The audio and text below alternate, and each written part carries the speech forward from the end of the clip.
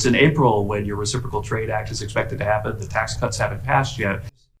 Because Canada has been ripping us off for years on tariffs for lumber and for dairy products.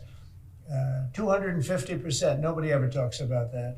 250% tariff, which is taking advantage of our farmers, so that's not gonna happen anymore. They'll be met with the exact same tariff unless they drop it. And that's what reciprocal means. And we may do it as early as today, or we'll wait till Monday or Tuesday. But that's what we're going to do. We're going to charge the same thing. It's not fair. Never has been fair. And they've treated our farmers badly. Look, our country's been ripped off by everybody. That stops now. I had it stopped in my first term. And we're going to really stop it now, because this has been very unfair. Our country, from an economic standpoint, and financial standpoint, and a trade standpoint, has been absolutely ripped off by almost every country in the world. Canada, Mexico, and then you just go right down the line. India charges us massive tariffs, massive. You can't even sell anything into India. It's almost restrictive. It is restrictive. You know, we do very little business inside.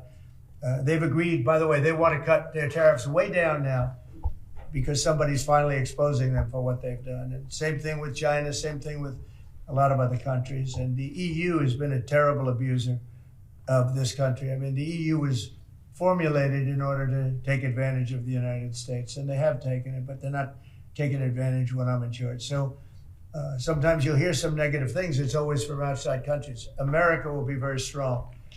And you know, if I'm a foreign country, they're going to do fine, but they can't do like they used to do, because we're going to bring back our business into this country.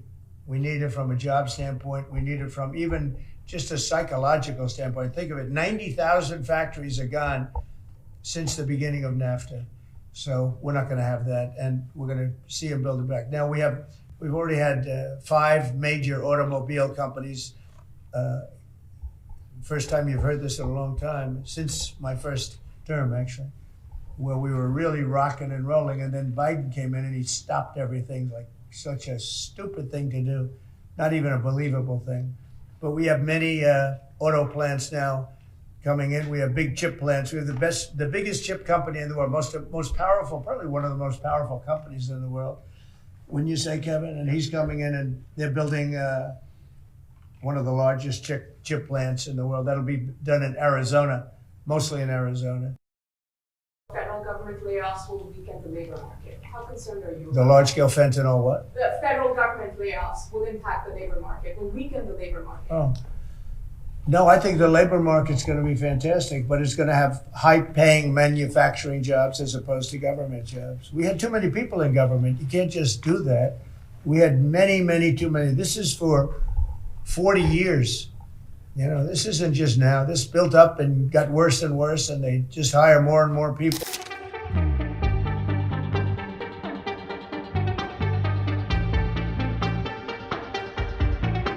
Joint statement also, I would like to repeat what we had mentioned there. Our objective through the BTA is to strengthen and deepen India-US two-way trade across goods and services, increase market access, reduce tariff and non-tariff barriers, and deepen supply chain integration between the two countries. So that is how we look at the issue of tariff as far as India-US is concerned.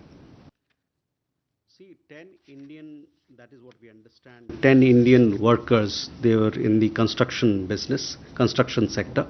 They went missing, and after they had gone missing, the Israeli authorities tried to locate them. They were located in West Bank. From there, they have been traced. They have been got back to Israel, and this matter is being investigated for more details as to how they went and etc. And our embassy is in touch with the Israeli authorities for the safety and for the well-being of these Indian nationals. We have seen the statement of the MEA on what has happened. On the invitation of the Prime Minister of Mauritius, Dr. Navin Chandra Ramgoolam, Prime Minister Shri Narendra Modi will pay a state visit to Mauritius on March 11th and 12th, 2025 to attend the National Day celebrations of Mauritius, which falls on 12th of March, as the chief guest. A contingent of Indian Defence Forces will participate in the celebrations, along with a ship from the Indian Navy. Prime Minister visited Mauritius in 2015.